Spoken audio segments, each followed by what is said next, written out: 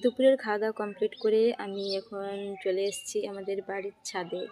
তো খেয়ে কোনো কাজ পাইনি, তাই কিছু কাজ করার জন্যই ছাদে উঠেছিলাম, কিন্তু কপাল খারাপ যে কাজের জন্য এসেছিলাম কাজটা হলো না। তো আমি এসেছিলাম এই যে ছাদের মধ্যে, দেখতে পাচ্ছ, খাওয়া দাওয়া কমপ্লিট করে মেয়েকে ঘুম পাড়িয়ে এসেছিলাম কটা রিলস ভিডিও বানাবো বলে, কিন্তু আমার কপাল খারাপ, ফোনটা আমার সাথ দিল না।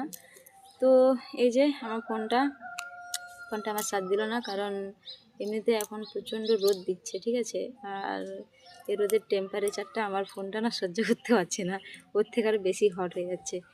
তো এখন আমি আমার মায়ের ফোনটা দিয়ে মায়ের ফোনটা দিয়ে এই যে ছোট্ট একটা মিনি ব্লগ শ্যুট করছি, ঠিক আছে। তো ছাদে যখন এসেছি তোমাদেরকে আমাদের ছাদ থেকে আমাদের গ্রামের ভিডিও কীরকম দেখাই ওটা তোমাদের কাছে শেয়ার করবো, ঠিক আছে। তো তোমরা শুরু থেকে শেষ পর্যন্ত দেখতে থাকো। এই দেখো চারিদিকে শুধু এজবেস্টারের বাড়িগুলো এখানে বেশি আছে। তো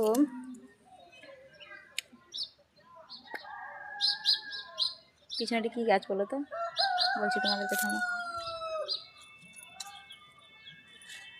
একটা পেয়ারা গাছ, সত্যি ছাদ যখন এই গাছটা যখন পেয়ারা হয় না, তো ছাদে বসে বসে পেয়ারা খাবার মজাটাই আলাদা লাগে।